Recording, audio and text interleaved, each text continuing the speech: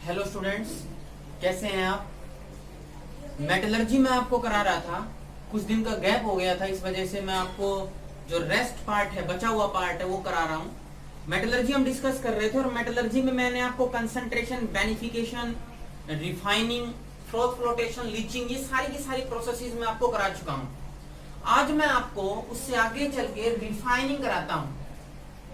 Extraction में refining का क्या यूज है, व्हाट इज रिफाइनिंग।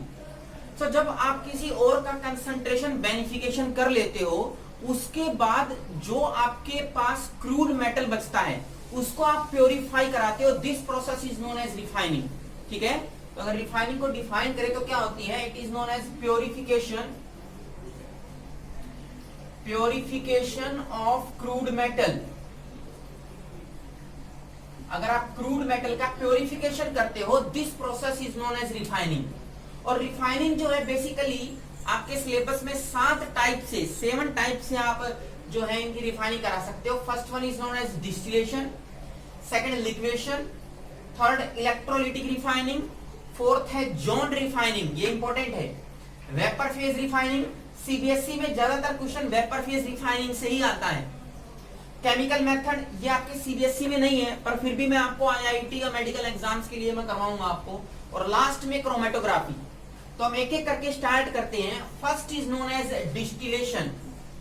अब डिस्टिलेशन के लिए आप देखो, मैंने एक डायग्राम बनाया हुआ है। अब डिस्टिलेशन कैसे करोगे, डिस्टिलेशन हमें और का करना है, दैट मीन्स आपके पास उसमें मेटल भी है, प्योर प्लस इंप्योरिटी दोनों है। ठीक है, पर आपको याद रखना है कि जो मेटल है इस कंडीशन में it is volatile in nature.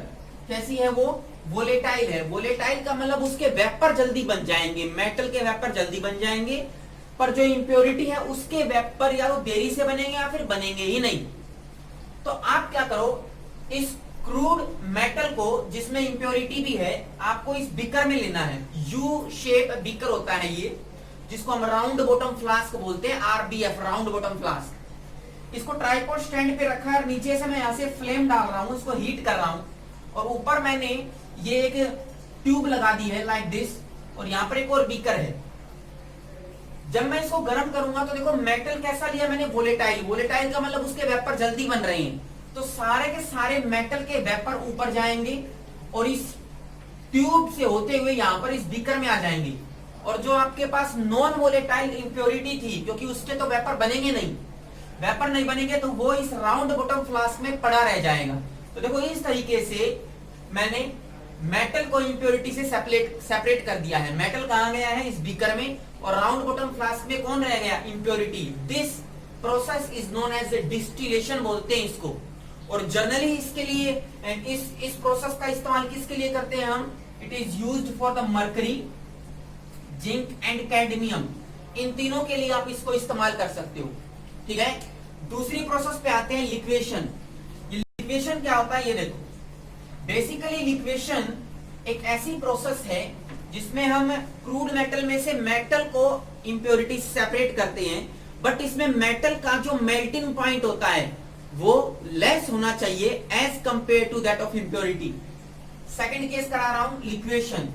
नाम से ही पता है कि आपके पास देखो मेटल है और मेटल के साथ साथ इंप्योरिटी है, पर ये जो मेटल आपके पास प्रेजेंट है इसका मेल्टिंग पॉइंट लो है, और जो इंप्योरिटी है लाइक सिलिका ले लो, SiO2, इसका जो मेल्टिंग पॉइंट आएगा वो कैसा है, हाई।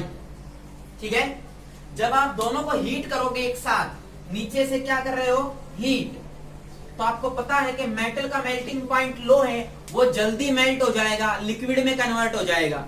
और हम जो इंप्योरिटी है SiO2, सिलिका, उसका मेल्टिंग पॉइंट हाई होने की वजह से वो मेल्ट नहीं होगा, तो ये मेल्ट होकर लिक्विड फॉर्म में कन्वर्ट हो गया मेटल, और इंप्योरिटी है वो सॉलिड स्टेट में ही रहेगी।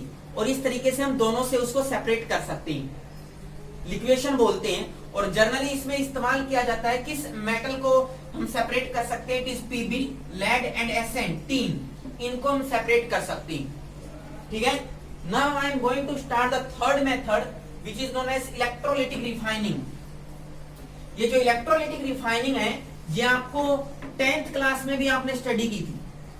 ठीक है, कॉपर की रिफाइनिंग आपने स्टडी की थी, बेसिकली इलेक्ट्रोलाइटिक रिफाइनिंग हम कॉपर के लिए इस्तेमाल कर सकते हैं, जिंक के लिए इस्तेमाल कर सकते हैं, निकिल के लिए Ag, Au, गोल्ड और सिल्वर, इन सब के लिए इस्तेमाल कर सकते हैं। मैं आपको एक कॉपर का करके बताता हूं, उसी के बेसिस पे आप सब अलग अलग कर सकते हो। जैसे इसमें क्या होता है कि एक बीकर है और इस बीकर में 2 रोड लगाई हुई है, और यहाँ पर ये जो सॉल्यूशन मैंने बनाया है, this solution is of copper sulphate CuSO4, copper sulphate का सॉल्यूशन बना है ये, ठीक है। और इस कॉपर सल्फेट में 2 रोड हैं और दोनों को मैंने बैटरी से कनेक्ट कर दिया लाइक दिस। एक रोड है, this is your cathode which is made up of copper, and this is your anode, ये भी किसकी बनी हुई है, this is also made up of copper. इस पे पॉजिटिव चार्ज और इस पे नेगेटिव चार्ज। अब देखो ये जो एनोड टर्मिनल इलेक्ट्रोड लिया है मैंने कॉपर का, इट इज इम्प्योर, ये कैसा है, इम्प्योर है। पर ये जो कैथोड पे जो कॉपर लिया है मैंने, it is in the form of pure state, ये आपको याद रखना है। जो ही इलेक्ट्रिसिटी यहां से हाई वोल्टेज इलेक्ट्रिसिटी जाएगी, जो इम्प्योर कॉपर है, अब इम्प्योर कॉपर का मतलब क्या है, कॉपर प्लस इम्प्योरिटी दोनों चीजें हैं। तो देखो हाई टेम्परेचर होने की वजह से कॉपर और इम्प्योरिटी मेल्ट करेगी, मेल्ट होने की वजह से ये जो रोड है इसकी जगह थिकनेस में अगर मैं यहाँ पर ले लूं तो मेल्ट होने की वजह से वो इस सॉल्यूशन में आएगा, और सॉल्यूशन में आने की वजह से वो जो थिकनेस है ये कम हो जाएगी अल्टीमेटली। देखो यहाँ से गायब होने लग गया, कॉपर गायब होने लग गया एनोड टर्मिनल में से, और धीरे धीरे इस सॉल्यूशन में कॉपर आ जाएगा। और ये कॉपर जो इम्प्योरिटी के साथ इस सॉल्यूशन में आया है यहाँ पर, वो कहां पर चला जाएगा, कैथोड के ऊपर चला जाएगा।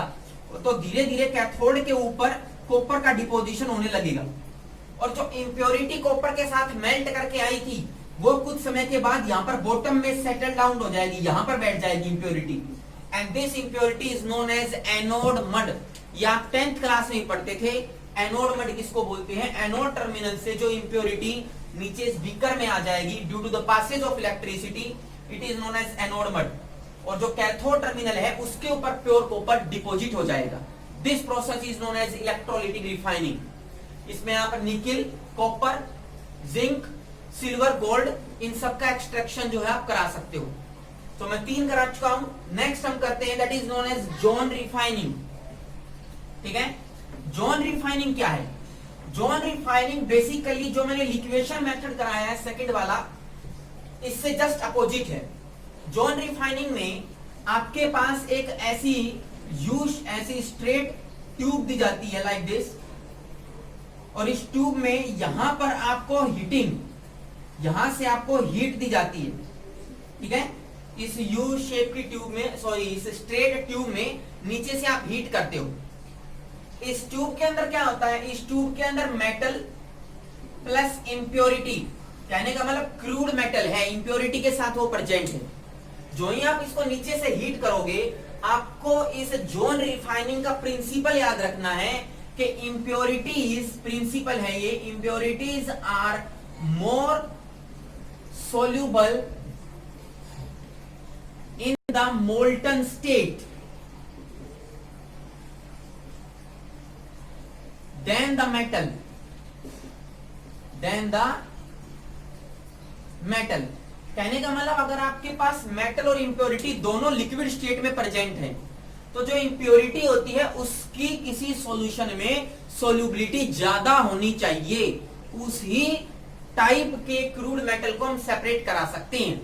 जैसे इसके लिए आप boron, aluminium, gallium, germanium, indium, इन सब का इस्तेमाल कर सकते हो। ऐसे सारे मेटल को सेपरेट आउट करा सकते हो इंप्योरिटी से। अब मैं फिर से बताता हूं इसका प्रिंसिपल क्या है। इसका प्रिंसिपल ये है कि इंप्योरिटी जो होती है इन मेटल के साथ, सपोज करो आपके पास बोरोन है, बोरोन प्लस इंप्योरिटी, ठीक है, और ये जो इंप्योरिटी है ये मोल्टन स्टेट में ज्यादा सोल्यूबल होती है। किसके कंपैरिजन में? इस बोरोन के कंपैरिजन में। तो इंप्योरिटी ज्यादा सोल्यूबल होगी, तो इंप्योरिटी तो क्या हो जाएगी, डिसॉल्व हो जाएगी किसी सॉल्यूशन में। अगर मैं यहाँ पर कोई सॉल्यूशन लेता हूं, ठीक है, उसमें मैं इंप्योरिटी प्लस मेटल डालूं तो इंप्योरिटी जो है ना वो ज्यादा सोल्यूबल होगी। तो सोल्यूबिलिटी इंप्योरिटी की ज्यादा होने की वजह से सॉल्यूशन में वो ज्यादा सोल्यूबल होगा, और इंप्योरिटी को सॉल्यूशन से मैं सेपरेट आउट कर लूंगा, मेरे पास मेटल रह जाएगा। This process is known as zone refining. बस इसका प्रिंसिपल याद रखना है, बहुत बार प्रिंसिपल पूछ लेते हैं, जोन रिफाइनिंग का प्रिंसिपल क्या है। तो प्रिंसिपल बेसिकली एक ही है, that is known as, principle क्या है कि impurities are more soluble in the molten state than that of the metal in a particular solution. Next is vapour phase refining. ये सीबीएसई पॉइंट ऑफ व्यू से बहुत ही important है, तो आप इसको ध्यान से देखना कि वेपर फेज रिफाइनिंग क्या है। वेपर फेज रिफाइनिंग का मतलब किसी मेटल को आप किसी पर्टिकुलर सब्सटेंस से कंबाइन कराओ और उसको वेपर स्टेट में बदल दो। जैसे देखो, सपोज करो आपके पास है निकिल Na और ये इम्प्योर स्टेट में है, it is present in the impure state. मैंने इसको रिएक्शन कराया किससे, कार्बन मोनोऑक्साइड से, ठीक है, कार्बन मोनोऑक्साइड से, at the temperature of round about 523 to 550, 523 से 550 केल्विन टेम्परेचर के आसपास मैं हीट करूंगा, there will be a formation of a compound which is known as NiCO4। ये एक कोऑर्डिनेशन कंपाउंड है, इसका नाम है nickel tetra, it is nickel tetra carbonyl. Coordination chemistry कराऊंगा तब मैं आपको करवाऊंगा। ये CO जो होता है कार्बन मोनोऑक्साइड, ये एक लिगेंड होता है और इस लिगेंड के लिए हम कार्बोनिल इस्तेमाल करते हैं। तो निकिल 4 बार है तो टेट्रा कार्बोनिल कॉम्प्लेक्स है ये। लेकिन देखो, जब निकिल को कार्बन मोनोऑक्साइड के साथ हाई टेम्परेचर पे हीट करूंगा, this nickel tetra carbonyl will present in the vapour form. ये वेपर फॉर्म में कन्वर्ट हो जाएगा। समझ में आ रही है बात? पहले ये सॉलिड फॉर्म में था निकिल, अब किस में कन्वर्ट हो गया, वेपर में। अब आप इस निकिल टेट्रा कार्बोनिल को हीट करो फिर से, अगेन यू विल हीट करोगे eight high temperature round about 850। जब आप इसको हीट करोगे तो निकिल और जो कार्बन मोनोऑक्साइड है वो आपस में सेपरेट आउट हो जाएंगे, निकिल अलग हो जाएगा और कार्बन मोनोऑक्साइड के 4 मॉलिक्यूल अलग निकल जाएंगे। और ये जो निकिल बना है यहाँ पर, this is present in the pure state, ठीक है। तो मैंने क्या किया, पहले निकिल को सॉलिड स्टेट से वेपर स्टेट में कन्वर्ट करवाया by combining it with a particular substance. एक बड़ा कॉम्प्लेक्स बन गया वेपर फेज में, और उस वेपर फेज को फिर से हीट कराया तो कार्बन मोनोऑक्साइड एक्सपेलन आउट हो गई, निकिल आपके पास प्योर स्टेट में बदल गया, सॉलिड स्टेट में। तो देखो, पहले आपको सॉलिड निकिल को वेपर में कन्वर्ट करना है, इसीलिए इसको हम बोलते हैं वेपर फेज रिफाइनिंग। और बेसिकली इसको निकिल के लिए इस्तेमाल करते हैं, Ni के लिए। And for the nickel this reaction is known as Mond's process. इसको मोन्ड प्रोसेस बोलते हैं अपन। समझ में आया बात? कौन सी प्रोसेस? मोन्ड प्रोसेस बोलते हैं, जिसमें निकिल को एक्सट्रैक्ट कराएंगे। हम टाइटेनियम और जिरकोनियम का भी इस्तेमाल कर सकते हैं सेपरेशन के लिए, वो मैं आपको रिएक्शन लिख के बताता हूं। देखो, टाइटेनियम और जिरकोनियम का कैसे आप इस्तेमाल करोगे। So let us start titanium and zirconium. अगर आप सपोज करो टाइटेनियम लेते हो Ti, उसको, ये पहले इम्प्योर स्टेट में है, आपको इसको रिएक्शन कराना पड़ेगा विद आयोडीन, ठीक है। 2 मोल ऑफ आयोडीन रिएक्ट करेंगे and this reaction takes place at a very high temperature, ठीक है। और जो ही आप इसको हीट करोगे, it will convert into titanium tetraiodide, TiI4 में कन्वर्ट हो जाएगा। एट हाई टेम्परेचर पे हीट करना है, हाई टेम्परेचर, ठीक है, राउंड अबाउट 750 केल्विन। हीट करोगे तो TiI4 बदल जाएगा। This is present in the vapour form. ये कॉम्प्लेक्स है। जब इस कॉम्प्लेक्स को TiI4 को अगेन फिर आप हीट करोगे at round about 1800 kelvin temperature, ये टाइटेनियम अलग हो जाएगा और आयोडीन अलग हो जाएगा। देखो, पहले मैंने क्या कराया, टाइटेनियम को आयोडीन से रिएक्ट कराया, वेपर फेज में कन्वर्ट किया और वेपर फेज को फिर से हीट किया और फिर से टाइटेनियम मिल गया। ये टाइटेनियम कैसा मिला, प्योर। तो इसीलिए ये वेपर फेज बनने की वजह से इस प्रोसेस को वेपर फेज रिफाइनिंग बोलते हैं। आप यहाँ पर जिरकोनियम का भी इस्तेमाल करा सकते हो, जरूरी नहीं टाइटेनियम का ही करो। मैं जिरकोनियम का कराता हूं, तो सिंपल है, यहाँ पर Zr लिख दीजिए जिरकोनियम की जगह। This is your Zr zirconium, this is zirconium, again this is Zr and this is pure Zr zirconium. तो आपको जिरकोनियम और टाइटेनियम की रिएक्शन यहाँ पर देखने को मिलेगी। हाँ, टेम्परेचर थोड़ा सा वेरी कर जाता है। यहाँ पर 1700 से के आसपास टेम्परेचर केल्विन में होना चाहिए। यहाँ पर थोड़ा सा कम, राउंड अबाउट 650 केल्विन टेम्परेचर होना चाहिए, थोड़ा सा कम, ठीक है। और टाइटेनियम और जिरकोनियम के लिए हम इसको इस्तेमाल कर सकते हैं। पहले वेपर फेज में कन्वर्ट करेंगे आयोडीन का इस्तेमाल करके। मोन्स प्रोसेस में आपने कार्बन मोनोऑक्साइड का इस्तेमाल किया था, यहाँ पर आप टाइटेनियम का करोगे और बाद में आप इसको हीट करने पे वेपर फेज से जिरकोनियम निकाल सकते हो। सो वो पहली वाली प्रोसेस निकल की कहलाई थी Mond process, and this process is known as van Arkel method. Van Arkel method बोलते हैं इसको। तो ये वेपर फेज रिफाइनिंग मैंने कराया, ये आपको बेसिकली मोस्ट इंपॉर्टेंट है, ये आपको याद रखना है। नेक्स्ट हम स्टार्ट करते हैं, that is known as chemical method और क्रोमेटोग्राफी। दो बच गए, तो केमिकल मेथड में करा देता हूं आपको। मेरे को इसको पहले रब करना पड़ेगा, केमिकल मेथड के लिए मैं इसको रब कर देता हूं, ठीक है, फिर हम केमिकल मेथड स्टार्ट करते हैं। तो देखो हम केमिकल मेथड डिस्कस कर रहे थे, तो जो केमिकल मेथड है उसमें हम कैसे सेपरेट कर सकते हैं। केमिकल मेथड बेसिकली तीन प्रकार के होते हैं। First one is known as cupellation, second one is known as poling और थर्ड है बेस्मराइजेशन। ये तीनों इंपॉर्टेंट है, बेस्मराइजेशन ज्यादा इंपॉर्टेंट है। हालांकि सीबीएसई में ना पूछ करके आईआईटी में जरूर पूछते इस बारे में। कैलकुलेशन क्या है, देखो आपके पास सपोज करो कि आपके पास पीबी है, लेड है, और उस लेड जो है वो मेटल की फॉर्म में है और इंप्योरिटी है उसके साथ, मेटल के साथ it is like AG silver, ये इंप्योरिटी की फॉर्म में प्रेजेंट है, ठीक है। आपके पास पीबी है मेटल और उसके साथ इंप्योरिटी है एजी सिल्वर। जब हम इसको ऑक्सीजन के साथ हीट कराते हैं, रिएक्शन कराते हैं, तो कॉपुलेशन क्या कहता है कि जो इंप्योरिटी होती है उसकी ऑक्सीजन के साथ जुड़ने की टेंडेंसी मेटल के कंपैरिजन में ज्यादा होती है। कहने का मतलब इंप्योरिटी ऑक्सीजन से जल्दी स्पीड से जुड़ेगी और सिल्वर जो इंप्योरिटी है यहां पर वो ऑक्सीजन से जुड़ेगा और क्या बनाएगा, Ag2O सिल्वर ऑक्साइड, ठीक है। और पीबी पड़ा रह गया मेटल की फॉर्म में, और ये जो Ag2O है वो एयर के साथ वेपर की फॉर्म में उड़ जाएगा, वोलेटाइल बन जाएगा, ये वोलेटाइल बन जाएगा और वेपर की फॉर्म में एयर में उड़ जाएगा। पर मेटल नहीं उड़ पाएगा, क्यों? क्योंकि मेटल की जो कंबाइनिंग कैपेसिटी होती है ऑक्सीजन से वो कम होती है। सो इसका प्रिंसिपल कॉपुलेशन का याद रखना है कि मेटल और इंप्योरिटी जब दोनों साथ हों और ऑक्सीजन से कंबाइन कराएं तो इंप्योरिटी की बाइंडिंग टेंडेंसी विद ऑक्सीजन ज्यादा होती है, तो जल्दी एयर से कंबाइन करके वोलेटाइल सब्सटेंस बनाता है और वो उड़ जाते हैं और मेटल रह जाता है।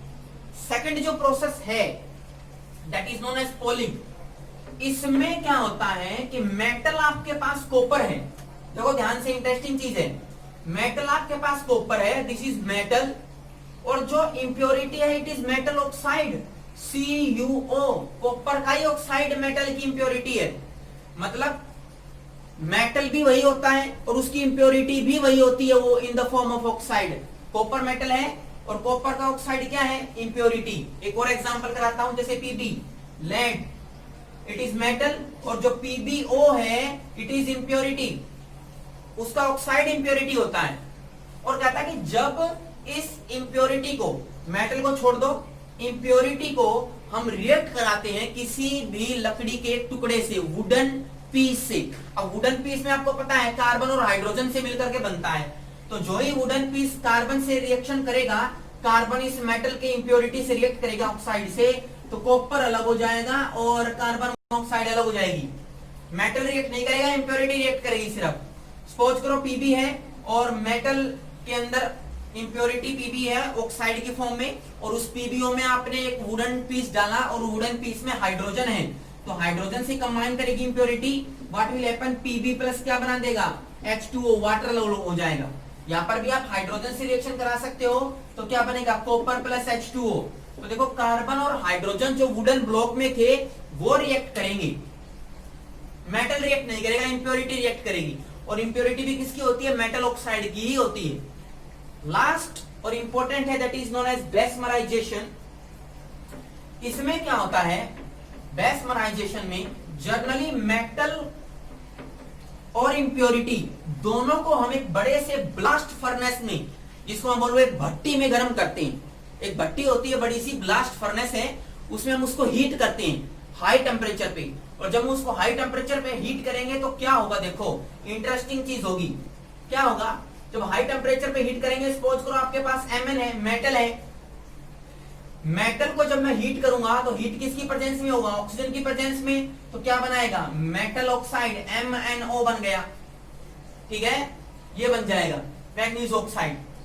Mn2O3 भी बन सकता है, आप इसको बैलेंस कर सकते हो, Mn2O3 लाइक दिस। अगर इस मेटल के साथ इंप्योरिटी है लाइक SiO, सॉरी सिलिका है, सिंपल Si है, सिलिकॉन है, तो वो भी इस ऑक्सीजन से रिएक्ट करेगी और करने के बाद क्या बनाएगी, SiO2, ठीक है, और ये किसकी फॉर्म में आ जाएगा, स्लैग की फॉर्म में आ जाएगा। तो देखो मैंने क्या किया, बेस्मराइजेशन में आपके पास मेटल भी है और इंप्योरिटी भी है, दोनों को एक बड़ी सी भट्टी में ब्लास्ट फर्नेस में डाल के हीट करो। ब्लास्ट का मतलब है ऑक्सीजन का एक तरह से ब्लास्ट जाना चाहिए, एकदम से ऑक्सीजन का प्रेशर जाना चाहिए। ऑक्सीजन से रिएक्ट करने के बाद दोनों के ऑक्साइड बन जाएंगे, मेटल ऑक्साइड बनेगा और इंप्योरिटी का भी ऑक्साइड बनेगा, और इंप्योरिटी का ऑक्साइड बनेगा it in the form of slag, और वो नीचे बैठ जाएगा, हम उसको सेपरेट आउट कर लेंगे। So it was the process जिसको हमने केमिकल मेथड बोला, bessemerization, poling and cupellation. Last जो मेथड है that is known as chromatography, वो इंपॉर्टेंट है, वैसे उसका एक प्रिंसिपल आपको याद रखना है। क्रोमेटोग्राफी में क्या होता है, generally it is based upon differential adsorption. अब एड्सॉर्प्शन का टेक्निक देखो क्या है, जैसे कि सपोज करो कि आपने ये एक ट्रायंगल टाइप में एक स्क्रीन लगा दी है, और ये जो लेयर है जो आपको इसका हाइपोटेनियस दिख रहा है, ये पूरी की पूरी layer is made up of a substance which can absorb the chemical substance. और किस किस की बनी हो सकती है, सिलिका जेल, सिलिका जेल की बना सकते हो, Al2O3 एल्यूमिनियम ट्राइऑक्साइड की बना सकते हो, और ऊपर से आप क्या डालोगे, मेटल डालोगे प्लस इंप्योरिटी डालोगे। तो मेटल और इंप्योरिटी दोनों डाल रहे हो, तो क्या होगा कि ये जो आपने लेयर बनाई हुई है सिलिका जेल की, Al2O3 की, ये धीरे धीरे इंप्योरिटीज और मेटल को एड्सॉर्ब करने लगेगी। अब एड्सॉर्प्शन जो होता है, आपने सरफेस केमिस्ट्री में पढ़ा है, depends upon the nature of adsorbate and adsorbent. अब एड्सॉर्बेंट तो सेम है, एड्सॉर्बेट अलग अलग है, एक मेटल है और एक इंप्योरिटी है। तो सपोज करो कि मेटल का रेट ऑफ एड्सॉर्प्शन बहुत ज्यादा है, तो मेटल का रेट ऑफ एड्सॉर्प्शन ज्यादा है तो मेटल ऊपर ही एड्सॉर्ब हो जाएगा, पर इंप्योरिटी का रेट ऑफ एड्सॉर्प्शन बहुत कम है, तो इंप्योरिटी नीचे आ जाएगी बह करके, और यहां पर आकर के एड्सॉर्ब होगी। क्यों, क्योंकि उसका रेट ऑफ एड्सॉर्प्शन इंप्योरिटी का कम था, तो वो नीचे फ्लो डाउन आएगी और लास्ट में कहीं जाकर के एड्सॉर्ब होगी यहां पर। और देखो इस तरह से मेटल और इंप्योरिटी को हम सेपरेट आउट करा सकते हैं। क्रोमेटोग्राफी अलग अलग टेक्निक होती है, अलग अलग टाइप्स की होती है। एक कॉलम क्रोमेटोग्राफी भी होती है, उसमें क्या होता है, यू ऐसे लॉन्ग स्ट्रेट ट्यूब्स होती हैं, कुछ लाइक दिस ऐसे, ठीक है, यहां से हम ऊपर से केमिकल सब्सटेंस को फिल करते हैं, जिसमें आपके पास मेटल प्लस इंप्योरिटी दोनों होते हैं, ठीक है। और आपको एक चीज याद रखनी है, ये जो क्रोमेटोग्राफी है it is based upon differential adsorption. Adsorption भी बेस्ड है, वो भी डिफरेंशियल, दो कंपाउंड का डिफरेंस, डिफरेंशियल जो होना चाहिए, एड्सॉर्प्शन जो होना चाहिए उसमें डिफरेंस होना चाहिए। तो देखो यहां पर मेटल इंप्योरिटी दोनों डाली मैंने, यहां पर इसमें कॉलम बनाया हुआ है, यहां पर मैं एक वॉल लगा देता हूं। सो जिसका रेट ऑफ डिफ्यूजन या बोलो रेट ऑफ एड्सॉर्प्शन ज्यादा होगा वो जल्दी नीचे से आ जाएगा, जल्दी नीचे आएगा, और जितना जल्दी नीचे आएगा, सपोज करो मेटल का जो है वो ग्रेविटी उसको जल्दी नीचे खींच रही है, रेट ऑफ जो एड्सॉर्प्शन है वो ज्यादा है, तो जल्दी नीचे आएगा, और जल्दी नीचे आएगा तो यहाँ पर वॉल लगा है, वॉल को खोलूंगा तो नीचे से मेटल निकल आएगा, और इंप्योरिटी कहां रह जाएगी, ऊपर रह जाएगी। ये भी आपको याद रखना है, this is known as column chromatography. तो क्रोमेटोग्राफी बेसिकली डिफरेंशियल एड्सॉर्प्शन पे बेस्ड है। इस पूरे के पूरे लेक्चर में मैंने आपको सारे के सारे रिफाइनिंग टेक्निक्स बताए हैं। इसके बाद आपके पास purification of copper from its copper pyrite और आयरन का एक्सट्रैक्शन कराएंगे। तब तक आप इस लेक्चर को ठीक से स्टडी करो, बाकी हम नेक्स्ट टाइम करेंगे। Okay, thank you.